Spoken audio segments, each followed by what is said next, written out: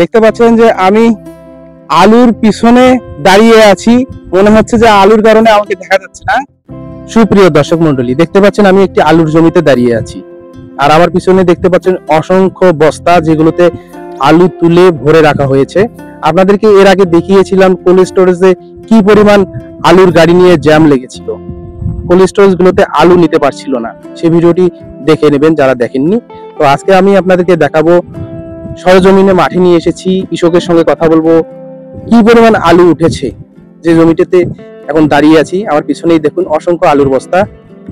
তো আপনারা ভিডিওটি দেখবেন, সঙ্গে থাকবেন, আর অবশ্যই লাইক কমেন্ট ও শেয়ার করবেন। আসুন।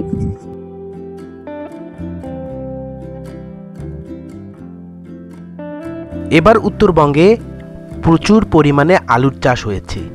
এর আগে আপনাদেরকে আমি একটি ভিডিওতে দেখিয়েছি কোল্ড স্টোরেজগুলোতে আলুর জায়গা হচ্ছে না। ভিডিওটি ইন্ড স্ক্রিনে দেখে নেবেন। আজকে আমি আপনাদেরকে কৃষকের মাঠে দেখাতে নিয়ে এসেছি কি পরিমাণ আলুর চাষ হয়েছে।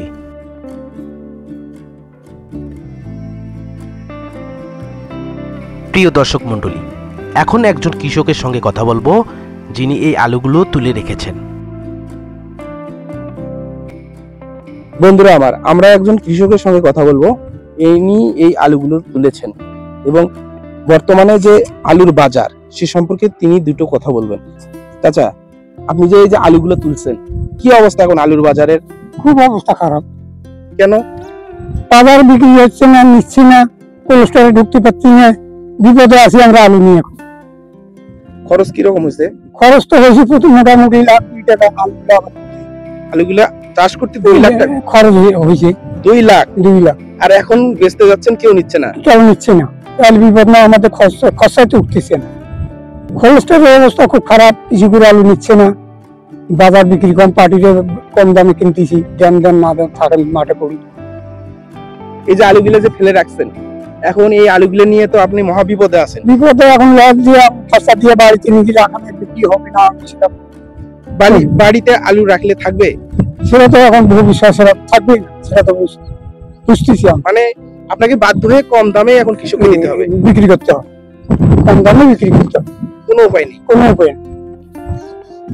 তো দর্শক মন্ডলী শুনলেন এই কৃষক ভাইয়ের কাছ থেকে, উনি বলছেন যে এই আলু তুলে বিক্রি করারও কোনো সুযোগ নেই, কোল্ড স্টোরেজে রাখারও কোনো সুযোগ নেই, কোল্ড স্টোরেজে রাখতে পারতেছে না, এত আলু হয়ে গেছে। এখন বাধ্য হয়ে কম দামে বিক্রি করতে হবে, নয়তোবা বাড়িতে তো এত আলু রাখার জায়গাও নেই, এত আলু রাখার জায়গাও নেই, কোথায় রাখবে? তো উনি অলরেডি খরচ করেছেন 2 লক্ষ টাকা এই আলু চাষ করতে গিয়ে। চাষ করা তোলা মিলা করতে 2 লক্ষ টাকা খরচ, মনে করেন। কতটুকু জমি? 2 বিঘা। 2 বিঘা জমিতে উনি প্রায় সব মিলে 2 লক্ষ টাকা খরচ করেছেন। আসলে উনিও বুঝছেন না, উনিও বুঝতে পারতেছেন না যে কি হবে এখন অবস্থা। এই আলু বিক্রি করবেন না ঘরে রাখবেন না কোল্ড স্টোরেজে তো নিচ্ছেই না। তো চলুন আরো আপনাদেরকে মানে বাস্তব চিত্রটা দেখাই। এবার প্রচুর পরিমাণে আলুর চাষ হয়েছে উত্তরবঙ্গে তথা সারা বাংলাদেশে। কৃষকের আলু মাঠে পড়ে আছে এইভাবে, আলুর দাম নেই, কোল্ড স্টোরেজে আলুর জায়গা হচ্ছে না। এই আলু যদি বিদেশে রপ্তানি করা যেত তাহলে কৃষক আলুর দাম পেত, আর প্রতি বছর কৃষক এইভাবে আলু চাষ করত, তাহলে এর ক্রয় ক্ষমতা প্রত্যেক মানুষের সাধ্যের মধ্যে থাকত।